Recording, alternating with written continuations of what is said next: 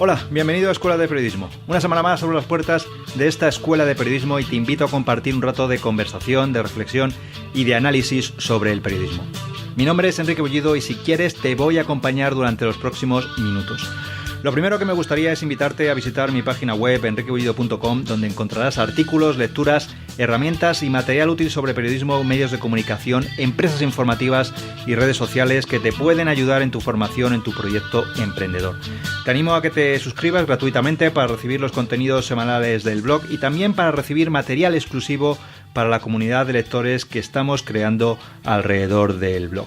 En el programa de hoy vamos a hablar de la innovación periodística y concretamente de los laboratorios de innovación en el periodismo. Pero antes de entrar en materia en el programa de hoy, déjame que te recuerde que este programa está patrocinado por Podcasting Power, el curso de formación de Óscar Feito para crear un podcast desde cero. Un podcast es un elemento muy importante, como te vengo repitiendo cada semana, que tenemos los periodistas para potenciar nuestra marca personal, para diferenciarnos, para aportar valor, para crear una comunidad en definitiva a nuestro alrededor o en torno a nuestro proyecto. Cada vez más periodistas, más empresas informativas están lanzando sus propios podcasts. Por eso te animo a que no te lo pienses mucho más y que empieces desde ya a reflexionar y a tener la idea de lanzar un podcast. Que visites este curso, este Podcasting Power, para aprender cómo funciona técnicamente un podcast, cómo crear un canal en iTunes o en iVoox, cómo planificar los programas o qué herramientas de grabación y edición de audio puedes utilizar. Accede a enriquebullido.com/curso podcast y allí vas a encontrar todo lo necesario para poner en marcha tu programa y posicionarte en un medio que, como te digo, está en pleno desarrollo.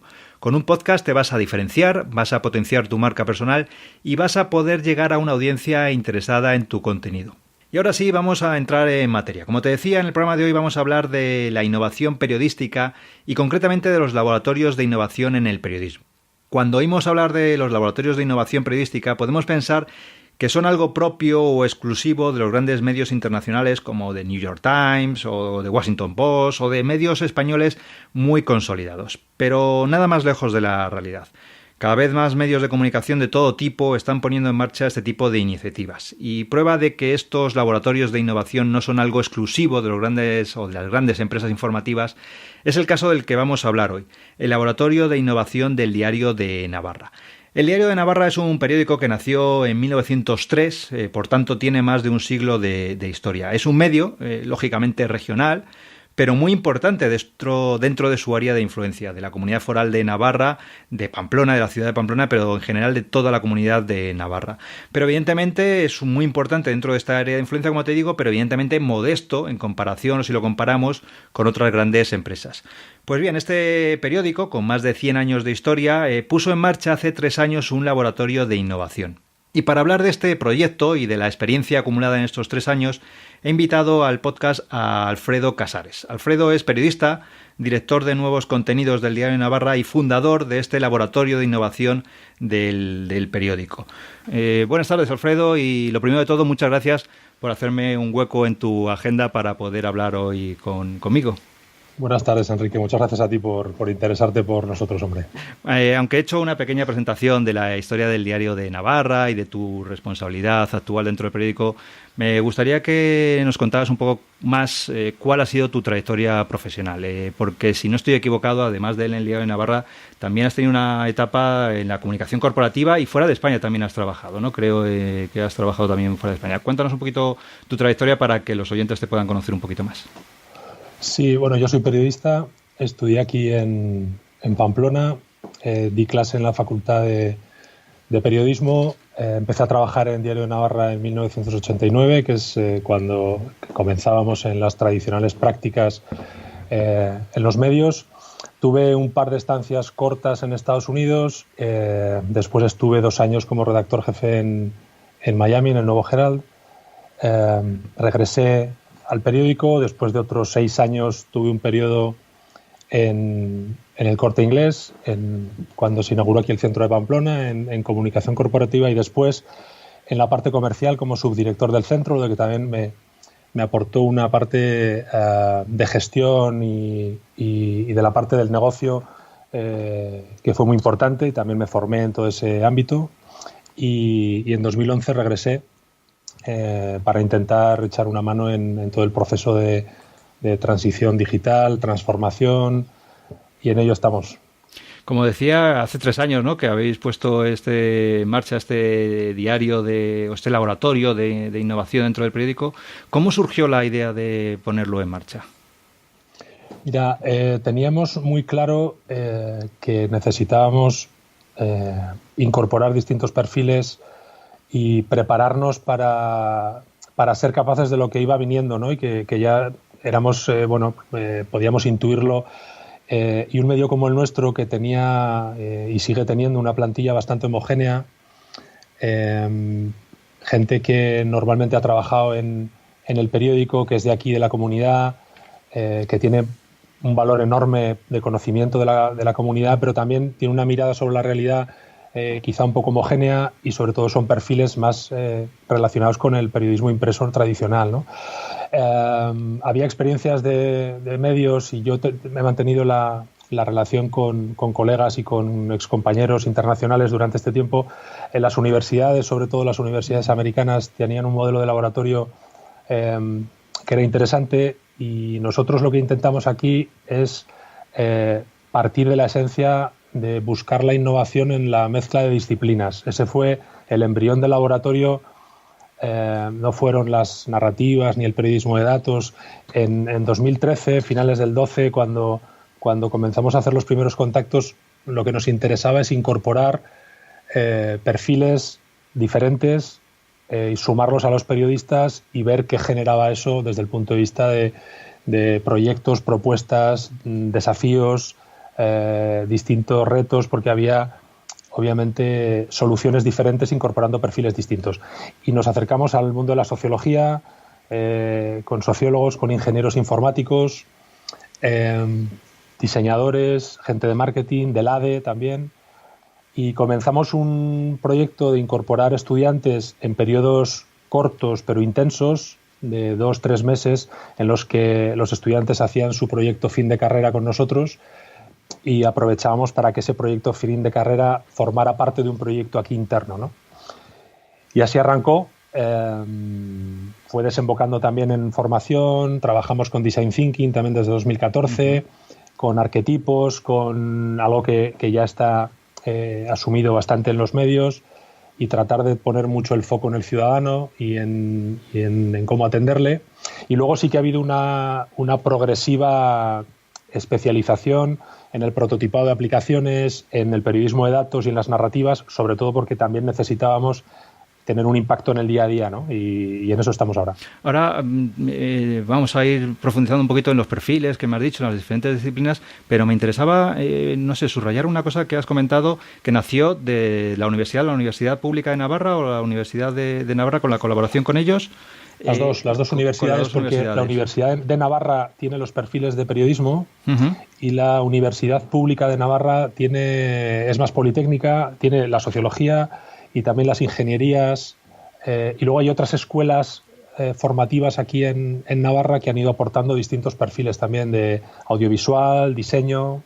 Entonces casi lo planteabais como si fuera una especie de hospital universitario, porque yo hago mucho la analogía entre la medicina y el periodismo. La medicina sí que incorpora en la práctica profesional de la medicina, incorpora enseguida a los estudiantes de medicina, mientras que en el periodismo bastantes veces está separado, ¿no? Hay becarios que van entrando en las facultades, pero las universidades de periodismo no realizan demasiadas colaboraciones con medios. ¿Vosotros estuvisteis bastante relacionados desde el principio del proyecto con las universidades para ponerlo en marcha?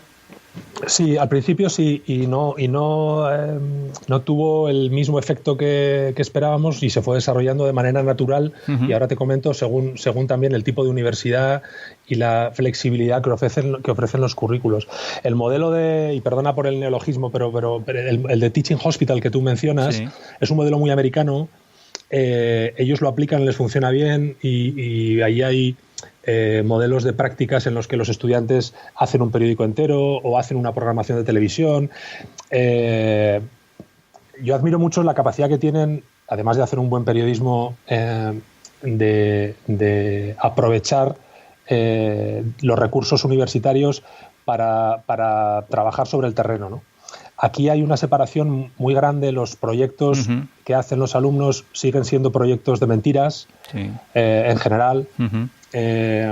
Y no es culpa probablemente de las universidades o de las personas que están en las universidades, sino del modelo que hay, que no permite siempre, con la flexibilidad que nos gustaría y que sería buena para los estudiantes también, el poder hacer en un medio unas prácticas. Hay otro tipo de estudiantes, los ingenieros hacen prácticas en empresas, hacen su proyecto final de carrera con una tutoría, son proyectos muchas veces conectados con la realidad, tienen profesores universitarios que muchos vienen del mundo profesional y son excelentes tutores que generan patentes, y que esto en el mundo del periodismo no ocurre. No existe, sí.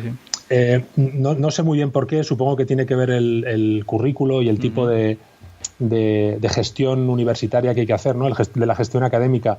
Lo cierto es que las prácticas en los medios se siguen pareciendo bastante a las de hace unos cuantos años, en las que el estudiante, el chico o la chica que llegaba a una redacción, básicamente se convertía en el redactor jefe de turno, y su aspiración era convertirse, o sea, en ser como él, ¿no? Aprender los trucos de la profesión y todas las liturgias y todo el romanticismo y las nostalgias y todas esas cosas, ¿no? Y además de eso, ser buen periodista. Pero con muy poco, era más una copia a un modelo, era aplicar un modelo de periodista o de tipo de periodista, mientras que otros escenarios lo que permiten es que los estudiantes nos ayuden a descubrir cómo serán las redacciones del futuro, no a que se mimeticen en las redacciones de hoy. Y no es fácil. Sí, estamos entonces en esa situación de hace 3 años que lo ponéis en marcha. Este laboratorio, la palabra laboratorio está muy clara lo que es, un sitio de experimentación, pero la palabra innovación, cuando la abordáis, me has dicho que abordabais de diferentes disciplinas, de sociólogos, matemáticos, etcétera. ¿Qué es cuando se considera innovación? ¿A qué os enfrentabais o qué era lo que vosotros queríais plasmar con esa palabra innovación? ¿Qué es para ti la innovación? Bueno, la innovación que buscábamos nosotros es resolver problemas de maneras diferentes, aplicables y, a ser posible, rentables, ¿no? Y para nosotros tenía sentido abrir la innovación a perfiles distintos y a personas distintas, y sobre todo que estuvieran fuera de la empresa, lo que nos iba a permitir abordar las cuestiones, los desafíos, los retos a los que nos enfrentamos con perspectivas muy distintas, muy poco viciadas por el escenario actual, que además no tenían ingredientes periodísticos que en esta época algunos de ellos no nos ayudan mucho. No nos ayuda el miedo, no nos ayuda el romanticismo, no nos ayuda el peso del pasado. Eso no nos ayuda a nada. Otras cosas muchísimo, y tenemos valores muy potentes. Pero hay gente que viene con una frescura enorme, con muy pocos años, y que no tiene ninguna nostalgia de las máquinas de escribir. Que leí en cierta ocasión, y no recuerdo la cita exacta, pero que el periodismo es una profesión en la que la gente que llega tiene nostalgia de historias que no ha vivido. Somos capaces de que los estudiantes echen en falta los tipómetros y cosas así, que yo he escuchado cosas. Entonces, vivimos mucho es una profesión que tiene mucho, ¿no? Y un oficio de romanticismo y de las redacciones y el mundo de la noche. Joder, mientras sigamos dándole vueltas a eso, probablemente nos estamos perdiendo oportunidades. Y precisamente esta colaboración entre equipos disciplinares o interdisciplinares con muchas disciplinas en juego es uno de los grandes retos que tiene ahora el periodismo y organizaciones como todos los medios de comunicación, pero sobre todo que se ponen muy en énfasis en laboratorios como el vuestro. De los periodistas no hemos aprendido a colaborar con gente de otras ramas, porque tenemos mucha endogamia, nos centramos mucho en lo nuestro. ¿Tú lo has notado en estos 3 años que nos tenemos que abrir la mente y tenemos que colaborar con informáticos, con diseñadores gráficos, con diseñadores web, y tenemos que hacer ese equipo? ¿Eso es una de las grandes habilidades que se requiere ahora a un periodista? Hombre, las que aquí hemos detectado, sí. Yo puedo hablarte por la experiencia nuestra, no me veo capaz de definir los retos de los periodistas hoy. Aquí desde luego, es un desafío el aprender a trabajar con otros, para todo el mundo. Pero es verdad que por la experiencia que hemos tenido aquí, a los propios estudiantes de periodismo les cuesta más que a otro tipo de estudiantes trabajar en equipo. Y trabajar en equipo sobre el periodismo. Ahí los periodistas nos creemos dueños del periodismo y nos cuesta mucho que otros, que son usuarios y lectores y ciudadanos, nos digan lo que piensan, ¿no? Y es más, que tengan sugerencias que incorporar. Eso se va limando tanto en los equipos de estudiantes como en los equipos de profesionales. Nosotros estamos trabajando aquí en Diario de Navarra hoy con equipos de personas de diferentes departamentos y estamos generando escenarios y situaciones muy interesantes con aportaciones de distintos puntos de vista, que no son fáciles de gestionar porque cada uno viene de su área y viene de compartimentos estanco, que es como estamos acostumbrados a trabajar, y en las universidades lo mismo, venimos de un mundo universitario que está muy compartimentado, ¿no? Y es verdad, uno de los retos es aprender a trabajar con otros, sobre todo compartiendo objetivos comunes, porque colaborar es fácil, pero cooperar y asumir que el objetivo es de todos y que el desafío es de todos y que la responsabilidad es de todos cuesta un poco más. ¿Cuántos sois en el equipo y cómo estáis organizados? Es decir, no solamente os dedicáis a la página web, a la parte de Internet, sino también colaboráis en el periódico de papel. ¿Cómo es esa gestión, ese día a día? Mira, el laboratorio ha ido progresivamente integrándose de forma deliberada. Cuando lo creamos fue un espacio que estaba aparte de la redacción, de las redacciones, tanto impresa como digital, que tenía unas rutinas, unos ritmos distintos, personas diferentes, porque era necesario para ganar velocidad, para incorporar recursos, perfiles, formas de hacer, para diseñar nuevos modelos. Y una vez que eso ha estado consolidado, en los últimos meses ha habido claramente y cuando ya los aprendizajes se han ido consolidando, se han empezado a aplicar en el día a día. Entonces, el equipo, al margen de la llegada de estudiantes o no, que en estos momentos hay 3 sociólogos y sociólogas, y vendrán ahora ingenieros informáticos, en este caso probablemente, lo digo en masculino porque lamentablemente hay pocas chicas que estudian ingeniería informática todavía. Además de los estudiantes, digo, hay una periodista de datos, hay una socióloga en plantilla, hay un programador, un ingeniero informático en plantilla y hay una reportera multimedia. Hay producción semanal recurrente de especiales de periodismo de datos, hay especiales multimedia cuando se requiere, trabajan en adaptaciones de gráficos, en adaptaciones de mapas y generan contenido. Hay un proyecto de periodismo de soluciones en el que se está trabajando también y genera contenido para las 3 plataformas que tenemos aquí, que es el papel, la web y un producto en tablet.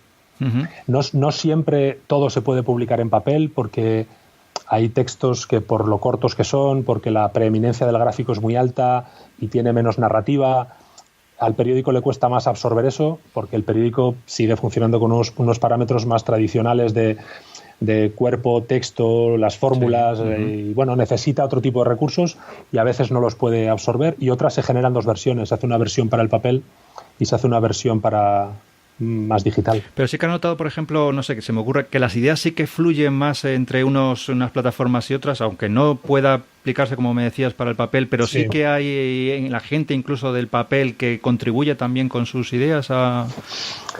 Eso está empezando a ocurrir. En este medio, quizá en otros también, y algunos que conozco también es así, hay gente que sigue siendo del papel y gente que sigue siendo, me refiero a periodistas, del papel y de la web. Y en este caso sí que se está produciendo un acercamiento que tiene que ver con que los periodistas descubren que hay oportunidades magníficas de presentar y difundir su trabajo además del papel. Y cuando ven la cantidad de recursos de vídeo, de audio, y tenemos experiencias muy interesantes recientes que hemos hecho, pues descubren un mundo en el que colaborar no es muy fácil porque las rutinas son distintas, los horarios siguen siendo diferentes, pero sí que hay proyectos cada vez en los que se comienza a pensar desde la idea con ese enfoque más transmedial. Uh-huh. Sí, que se puede aplicar a... Ya surge la idea y se ve cómo se aplica a las diferentes plataformas. Porque me decías antes de empezar esta conversación que también incluso teníais un podcast desde hace ya un tiempo, ¿no? En el Diario de Navarra. Sí, comenzamos un podcast diario por las mañanas que acabó convertido en un podcast semanal de autor. Uh-huh. Y además de ese podcast semanal de autor, tenemos un podcast semanal de Osasuna, que es una conversación entre dos reporteros de Osasuna. Eso como propuesta fija, y continuamos experimentando. Tenemos una salita que es un despacho con unos micrófonos y un equipo con Audacity, en fin, sí. Algo muy, muy, muy sencillo, pero suficiente para con una calidad estándar poder hacerlo. Y la semana pasada probamos, el equipo de la web generó un podcast de actualidad, que es una entrevista a un geólogo, con ocasión, ¿no? De un terremoto, sí, un geólogo que durante la mañana, sí. Pues su opinión en formato de audio, que fue una de las noticias más vistas. Para nosotros el reto es, en el caso de un terremoto que ocurre a las 7 de la mañana, como es este caso que fue la semana pasada, el riesgo es que el grueso de nuestros recursos periodísticos a las 7 de la mañana se pone a trabajar para el día siguiente. Uh-huh. Y eso todavía tenemos que ser capaces de generar valor durante la mañana, sobre todo en el momento de mayor intensidad, ¿no?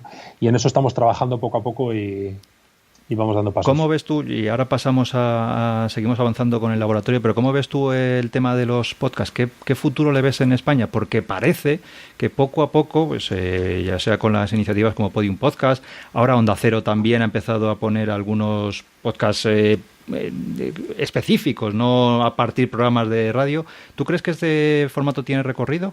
Lo que estamos haciendo nosotros ahora. Sí, para nosotros sí, sin duda. Nosotros llevamos un par de años enredando con los podcasts. Ya hace 3 años, sobre todo en Estados Unidos, con los podcasts de ficción como sí. Serial, que tuvo millones de descargas, fue una especie de renacer. El mercado americano es enorme y están teniendo lugar muchísimas iniciativas, algunas españolas, como Cuonda Podcast. Uh-huh. Y para nosotros supone tener la oportunidad de generar contenido nativo en podcast, no trasladar. Y el valor que para nosotros tiene es que no estamos adaptando un contenido que tenemos en el papel a la web, que es en lo que los medios comenzamos a centrarnos, sino que podemos generar entrevistas de audio, podemos reutilizar contenido. Los periodistas están haciendo entrevistas diariamente que acaban en una cinta, la transcriben y probablemente hay o frases muy potentes, uh-huh. o sonido ambiente que puede ilustrar muy bien, o generar contenido, como digo, que estamos generando columnas de opinión y conversaciones de opinión exclusivamente para el podcast. El desafío es probablemente intentar monetizar, que es lo que estamos buscando todos, pero desde el punto de vista del valor añadido en contenido tenemos mucho recorrido. Yo creo mucho en los podcasts. Sí, al final es acompañar al lector, en este caso al usuario, al oyente en este caso, allá donde se encuentre con el medio de comunicación que elija. Es decir, con el vídeo está claro, pero también, ¿por qué no?, con audio, ¿no? Que se puede escucharlo y puede informarse pues mientras realiza otras cosas, mientras está haciendo ejercicio. Exacto. O está dando un paseo por la calle. Es otra plataforma, ¿no?, que deben experimentar sí. los medios de comunicación. Sí, sí. Te quería preguntar, hace aproximadamente un mes, lo comentábamos antes, coincidiendo con los 3 años de existencia del laboratorio, publicaste un artículo en Medium con las 7 lecciones que habías aprendido en el laboratorio, que durante esos años habías aprendido en el laboratorio. Me pareció un texto muy, muy interesante por la sinceridad, ¿no? Porque, por ejemplo, decías que creo que decía que la primera lección que habías aprendido con el laboratorio es que la iniciativa de este tipo no tenía por qué destacar siempre o desatar el entusiasmo en la organización, ¿no? Que, bueno, pues en algunas ocasiones, desgraciadamente, sigue ocurriendo que hay gente que todavía no ve estas iniciativas con entusiasmo, que no se suman al entusiasmo. Sigue ocurriendo esto. No hablo de tu medio en concreto, pero ¿tú crees que los periodistas seguimos viendo este tipo de iniciativas, este tipo de pruebas? ¿Hay periodistas que están todavía muy pegados, como decías antes, a la máquina de escribir? Considero que hay muchos periodistas que no acaban de ver cómo estas iniciativas pueden tener un efecto positivo en el día a día. Uh-huh. Es decir, si el riesgo es intentar medir la actividad, los objetivos y las funciones que desempeña una unidad como un laboratorio por los mismos parámetros que se mide alguien que va a una rueda de prensa todos los días. Ni la recurrencia en la generación es la misma. Si el periodista dice yo lleno todos los días una página y vosotros qué hacéis, o yo hago todos los días esto y vosotros qué hacéis, bueno, es que se hacen cosas distintas. El riesgo para mí es ese. También entiendo que hay que explicar bien iniciativas como esta, hay que hacerlas muy visibles dentro de la organización, hay que explicar lo que son y lo que no son, y eso no siempre lo hacemos bien. Sí, porque decías, de hecho la segunda lección que apuntabas es que es preferible dedicar el mínimo tiempo a explicar la visión y comenzar a hacer de una forma, nacer pobres, decías, que nacer de forma pequeña e ir experimentando. Esa es la forma de crear un producto mínimo viable, en este caso un laboratorio, y a partir de ahí ir desarrollando, más que tener una gran organización, pensar en una gran organización y luego ponerla en marcha cuando tienes un equipo muy grande. Vosotros hicisteis eso. Poco a poco habéis ido creciendo estos 3 años, ¿no? Sí, o sea, el criterio del mínimo viable lo aplicamos desde el nacimiento. Era una persona la que comenzó, no se explicó suficientemente dentro de la organización, uh-huh. Pero podría haberse explicado básicamente. También es interesante que cuando se explica una iniciativa así, hay quien pregunta, pero bueno, ¿exactamente qué vais a hacer? Claro, y la respuesta es exactamente no lo sabemos. Claro, y esa incertidumbre, eso no es. Mira, nosotros hacemos deportes, hacemos fútbol, hacemos parlamento, hacemos tal, y entonces vosotros exactamente qué vais a hacer. Joder, pues no, bueno, enredar, probar, y entonces no lo entendemos porque son lenguajes muy distintos. Uh-huh. Por eso decía lo de una explicación mínima, pero sí una explicación, y después echar a andar y ver y comprobar las cosas, ¿no? Y luego visibilizar bien lo que se va haciendo, las pequeñas cosas, los pequeños éxitos, que otros sí lo aprecian porque están modulando. Hay personas con las que te relacionas que sí que hablan ese idioma de fuera de la organización, más que dentro muchas veces. Uh-huh. Y se empiezan a tener retornos y opiniones y reacciones más desde fuera que desde dentro. Sí, pero eso también puede ser bueno, porque si desde fuera la gente empieza a valorar el trabajo que hace una organización, alguien de dentro que al principio podía estar un poco más reacio, más precavido, cuando le empieza a llegar la opinión o la visión de gente de fuera, de otros compañeros de profesión de fuera, que hablan bien de ese producto, pues se puede interesar por un producto que al principio, aunque era de su propia organización, pero no le desataba el interés, ¿no? Puede ser, sí, puede ser, sin duda. Eso tiene que ayudar seguro. El aprendizaje al que me refería en el artículo tenía que ver con que a veces uno espera que cuando se arranca una iniciativa así, bueno, la gente se vuelva loca y diga, joder, qué gran idea, ¿no? Que, bueno, eso es lo que todos pensamos cuando hacemos algo, ¿no? Que todos alrededor probablemente digan, bueno, hacía falta algo así, qué maravilla, pioneros, no hay ningún medio que lo haga, con lo pequeños que somos. Y eso con perspectiva, pues uno se da cuenta de que es muy difícil que ocurra, eso no puede ocurrir, ¿no? Lo que es importante es que conforme pasa el tiempo sí que se entienda bien y se vean los frutos, ¿no? Y se vea la utilidad. Sí, también, no sé si es la expresión más adecuada, pero a lo mejor la que voy a utilizar es gráfica. Conseguir conversos digitales, es decir, gente que a lo mejor estaba todavía anclada en ese pasado del papel, no estoy hablando en este caso de vuestra organización, estoy hablando de forma teórica, conseguir esos conversos digitales que vean las posibilidades de, pues eso, de plataformas, no ya solo de la web, sino también de otro tipo de herramientas que y lo asuman como propia y de repente se unan a esas plataformas, a esas iniciativas con entusiasmo, ¿no? Que les mueva por dentro en la profesión y renueven su interés por la profesión, por ser periodistas. ¿Ese quizá es uno de los logros que puede conseguir este tipo de iniciativas? Sí, lo que debería ir acompañado también, entiendo, el entusiasmo requiere que uno se sienta copartícipe, ¿no? Y para eso lo que necesita también es tener la seguridad de que es capaz de hacerlo. Necesitamos formar... tenemos un montón de talento en las redacciones impresas. Sí. O sea, tenemos gente con muchísima experiencia, con muchísimo amor por el periodismo y tenemos que confiar en ese talento interno para seguir avanzando. Es cierto que hay que hacer una labor de formación muy importante y una labor didáctica muy importante, no tanto por esos conversos digitales, porque luego en nuestra vida privada todo el mundo es digital. Cuando llegamos a una redacción tradicional cuesta un poco más porque ahí intervienen otros elementos también, ¿no? El negocio, el qué da dinero y qué no da dinero, no hay un modelo digital que sea rentable, entonces nos quedamos mejor en el papel. Una serie de debates que, bajo mi punto de vista, no pertenecen a la esfera más periodística desde el punto de vista de la generación de contenidos valiosos, da igual para qué plataforma, y sobre todo cuando uno descubre que lo digital lo que te permite muchas veces, no siempre, pero muchas veces es enriquecer tu narrativa, enriquecer la manera en la que puedes llegar a los ciudadanos y relacionarte con ellos después.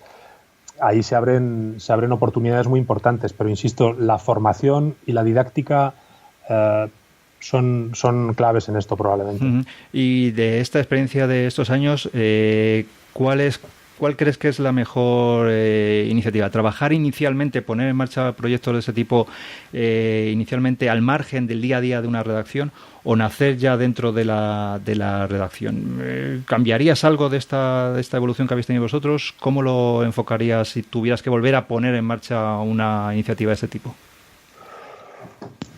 Si tuviera que mirar atrás con la perspectiva de hoy, probablemente haría algunas cosas distintas, pero esa no. Yo creo que cada medio tendría que responder en función de las circunstancias en las que se encuentra.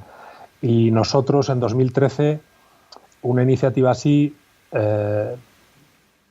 si lo hubiéramos hecho más integrada en la redacción, el resultado habría sido distinto, no sé cuál, pero habría sido distinto. Y no sé si estábamos preparados para asumirla o si quizá haciéndola dentro de la redacción hubiera tenido un efecto fantástico, polinizador, y todo el mundo estaría ahora. Yo lo dudo porque sería uno de los pocos medios donde esto ha ocurrido. Entonces, por experiencias que han tenido otros, un medio tradicional, con una redacción tradicional, pequeño como nosotros, donde también es difícil que nos creamos que podemos innovar, porque esto es como que lo hagan otros y les copiaremos. Cuesta un poco. Yo hoy repetiría ese modelo, que es comenzar aparte, quizá aceleraría la integración y haría, desde luego, mucha más didáctica y más comunicación durante este periodo, lo que, como digo, aceleraría probablemente la integración. Eso sí lo cambiaría. Sí, la verdad es que yo, por lo que comentas, ¿no? Es el nacimiento aparte y luego ya ir integrando en función de las necesidades o de las peculiaridades de cada medio de comunicación, cómo se va integrando ese nuevo medio. Decía Martin Baron, el director de Washington Post, que ha estado recientemente en España, también en algunas conferencias, decía que entrar en la era digital es como cualquier otro tipo de cambio, ¿no? Que deberíamos responder, él decía, 3 preguntas. Dice, ¿de qué nos deshacemos los periodistas? ¿Qué tendríamos que adquirir y qué conservamos? A nivel general filosófico, ¿tú qué crees que los periodistas tendríamos que desprendernos? ¿Qué deberíamos conservar y qué tendríamos que ir cambiando y modificando? Esa cita la usamos aquí nosotros porque lo que mencionaba antes del peso del pasado tiene que ver con qué tenemos que dejar atrás. Hay que dejar atrás cuestiones muy importantes en su día y muy valiosas en su día, que hoy no son valiosas o incluso pueden ser perjudiciales para avanzar. En su día pudieron ser muy buenas, y probablemente tenga que ver esto con liturgias, formas de pensar, paradigmas, modos de afrontar las cuestiones, enfoques determinados.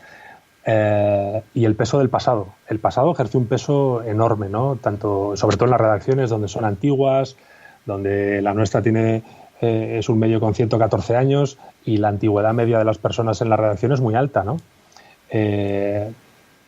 Eso dejar atrás claramente.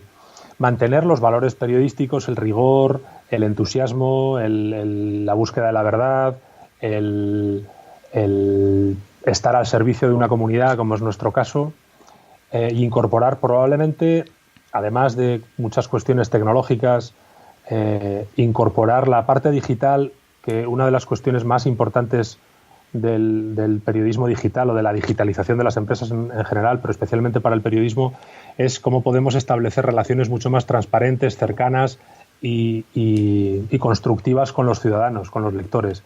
Y eso es un desafío enorme que tenemos que incorporar en nuestra manera de pensar, el de hacer partícipe a los ciudadanos también de la co-creación, ¿no? Y del proceso informativo, cómo pueden intervenir. No son solo destinatarios.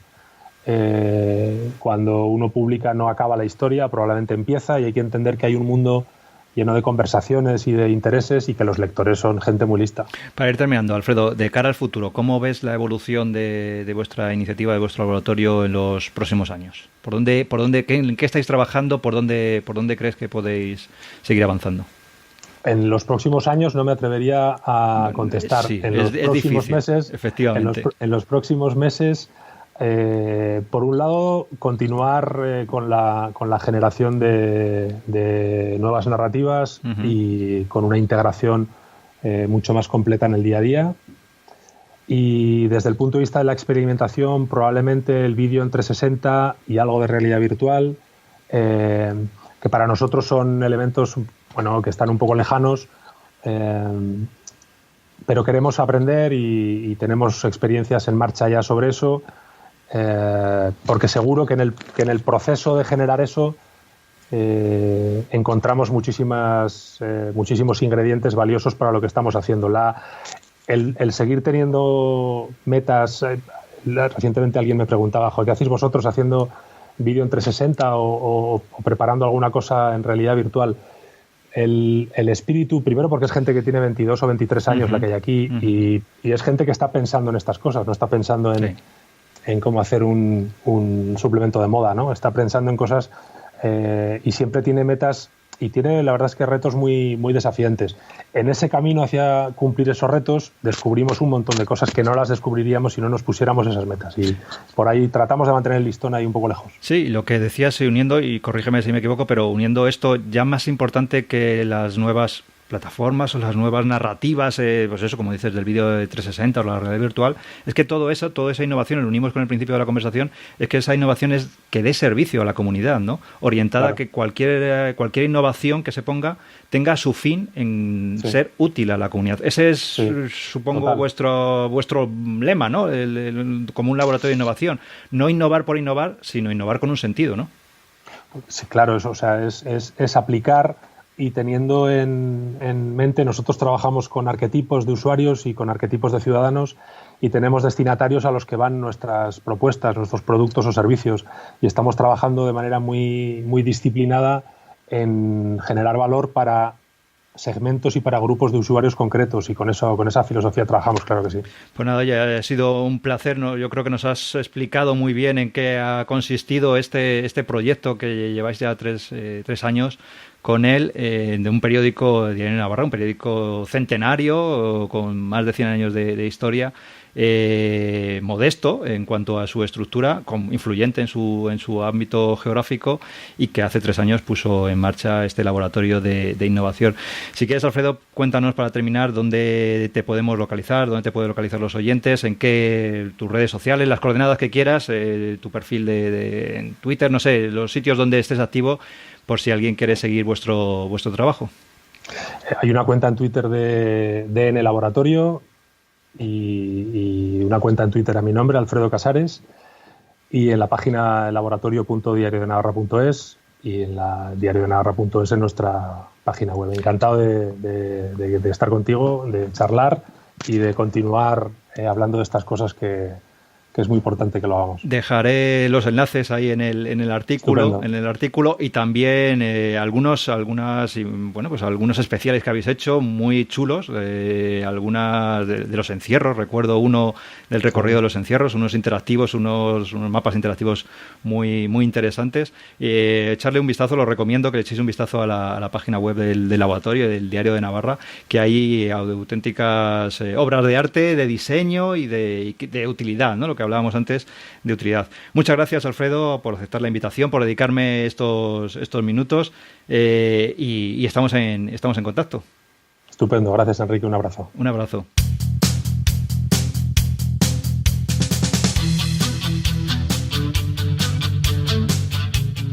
Hasta aquí el programa de hoy. Otro día más te doy las gracias por escucharme estos minutos y te invito a visitar mi página web enriquebullido.com y a suscribirte. Si quieres escribirme puedes hacerlo al correo electrónico contacto@enriquebullido.com, donde estaré encantado de recibir tu mensaje y de ayudarte si puedo en lo que necesites. Muchas gracias por dedicarme tu tiempo y nos vemos o nos escuchamos en el próximo programa.